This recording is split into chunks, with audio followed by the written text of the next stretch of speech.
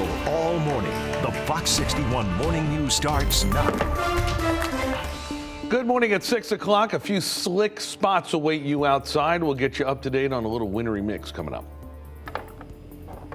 And scammers pretending to be state police calling residents in our state what you should do and not do if you get one of these calls.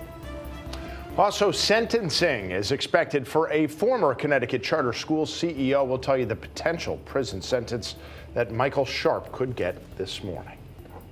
Good Monday morning. Thanks so much for being with us here at Fox 61. I'm Eric Harris. And I'm Tim Lammers. Good Monday morning to you. As there's some flurries out there. Here's a live look at the roads from the Fox 61 Storm Tracker. By no means is it everywhere, but take a look at this video from earlier this morning. Yeah, this is Hartford's Frog Hollow, this video right here. I went out to my car and honestly, I was a little surprised. I wasn't expecting it. Neither was I. Yeah. And it's even sticking on the ground just a little bit as we get over to meteorologist Matt. But it was almost kind of cool because we haven't seen it in a while. Right? To be honest, it didn't feel that cold. I don't know about you, but I actually had to go to speed limit this morning on the way into What a shock. Actually, so I know, right? No, listen, you only saw flurries up on the northern side of the state. Farther south you go, south.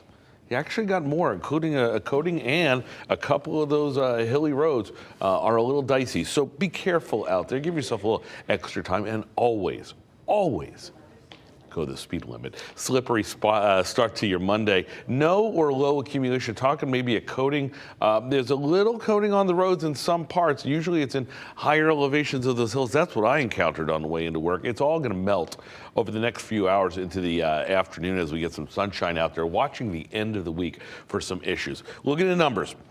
Temperatures at 30 degrees in Norwich, 32 in Meriden. That's about the cutoff. And then it goes below freezing up into the Litchfield Hills, the Quiet Corner. Now, shoreline numbers, it kind of, obviously it rises above freezing. So we're seeing the snow and the rain, but it's not until you get into those lower temperatures, sort of like in the midsection where the snow has stuck. Now, here's where we have some activity as we speak. We'll take you down to New London County, where again, Norwich, remember, 30 degrees. So yeah, between Norwich, Voluntown, up 395, certainly possible for a couple of slick spots. You want to be careful out there, especially on the 395 corridor. Along 95 from the 395 split over to Stonington, it's wet and not white. This is done over the next couple of hours. We're not looking for a long-lasting event here. Talking bus stop forecast for the high schoolers this hour, 29 degrees, a few scattered snow showers out there, flurries and a shower or two. Not looking for anything strong or really that problematic. Warming up to 42 later on with the sun, so clearly everything that we get, what little we're going to get, is going to melt. Talk about a little bit of everything in the 7-day forecast. That's all coming up in a few minutes. Let's check traffic right now. 6:03. Here's Lauren Zenzi. Good morning to you, Matt. Glad you were going the speed limit out there. Good morning, everyone. As of right now, we do have a couple of areas of concern that we are following out there on the roadways. Let's bring you out to the Norwalk area on the southbound side of I-95. There's a 2-car crash. Traffic moving at about 6 miles an hour. This is between exits 15 and 14. And as of right now, we have the right-hand shoulder and 2 of the 3 lanes closed. So traffic getting by in 1 lane, but unfortunately, this is creating a huge backup in the Norwalk area. This is a couple miles back from the crash in Norwalk, so you could see some heavy volume out on that southbound side. As you get closer to the crash, traffic really does come to a standstill as people are moving over into 1 lane at this time.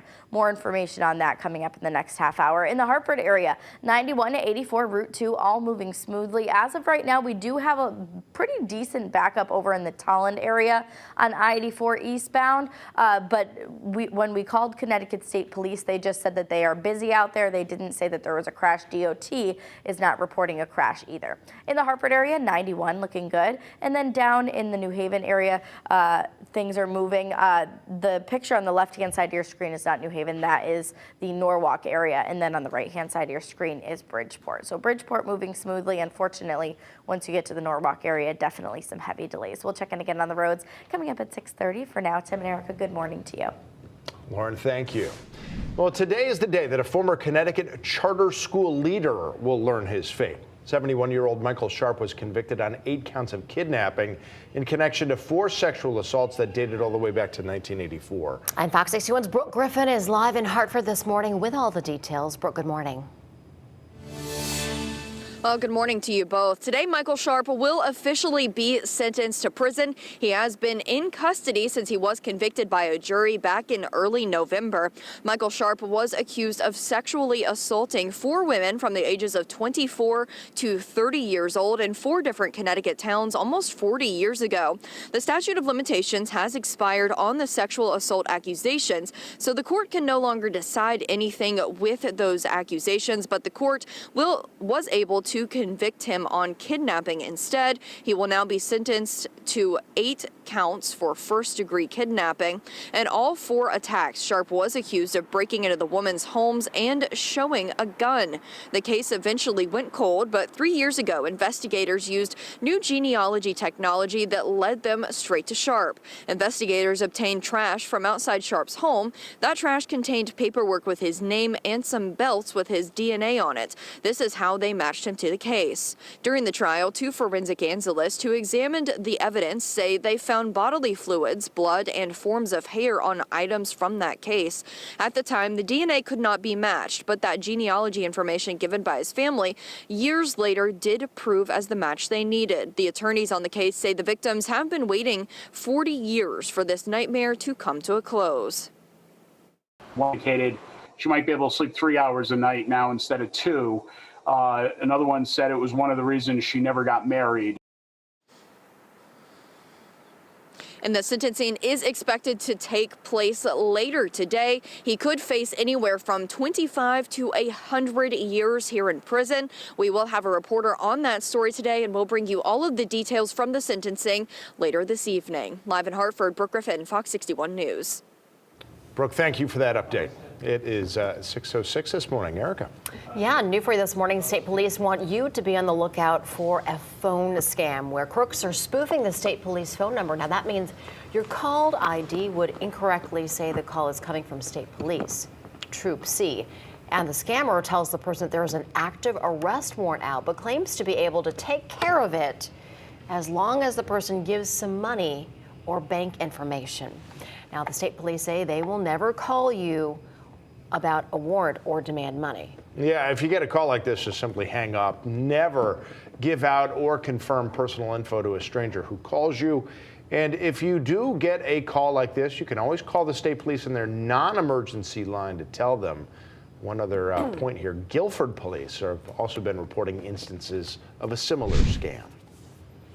And developing news in the case of a missing Massachusetts mom. Police have arrested her husband in relation to her disappearance.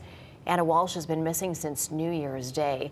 The 39-year-old mother of 3 was supposed to take a flight to Washington, D.C. that day from Logan Airport, but police have confirmed she never got on the plane, and she hasn't been seen since. Police have now arrested her husband, Brian Walsh, alleging that he misled a police investigation. Walsh is expected to be arraigned this morning. Now, local police continue to search for Anna, and they're also working with Washington, D.C. police, since that's where she worked. The CDC says that 6 of Connecticut's 8 counties have now reached the threshold for high COVID-19 community transmission. Now, those counties are Hartford, Litchfield, Middletown, New Haven, Tolland, and Windham counties. Fairfield and New London counties are currently listed in the medium COVID transmission category. Health officials are recommending that people living in those high-risk counties wear masks indoors and test if they have symptoms. All right, now 6:08, and state police are looking for a man who they believe may be connected to a fire in Ellington. It's being investigated as an arson. So take a look at this picture here. Troopers say they know who he is, but they're not releasing his name at this time. They believe he may be connected to a fire at the Freemason Lodge on Orchard Road that happened on Saturday. Now, no one was inside the building at the time of the fire. This is not the first time authorities have responded to the lodge recently. December 18th and December 23rd, it was discovered that there was a rock that was thrown through a window, and then a couple days later on the 23rd, there was another window that was shattered by a rock. Authorities are offering a $2,500 reward for any leads in this investigation.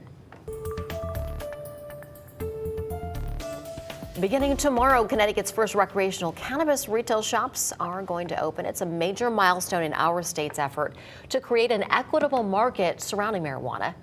State officials gave permission to 9 existing medical cannabis dispensaries to also sell in the adult recreational market, and 7 of them will start legal sales at 10 a.m. tomorrow, January 10th. Store owners are warning that there will be long lines and short supply on that first day. They are expecting high demand from recreational customers.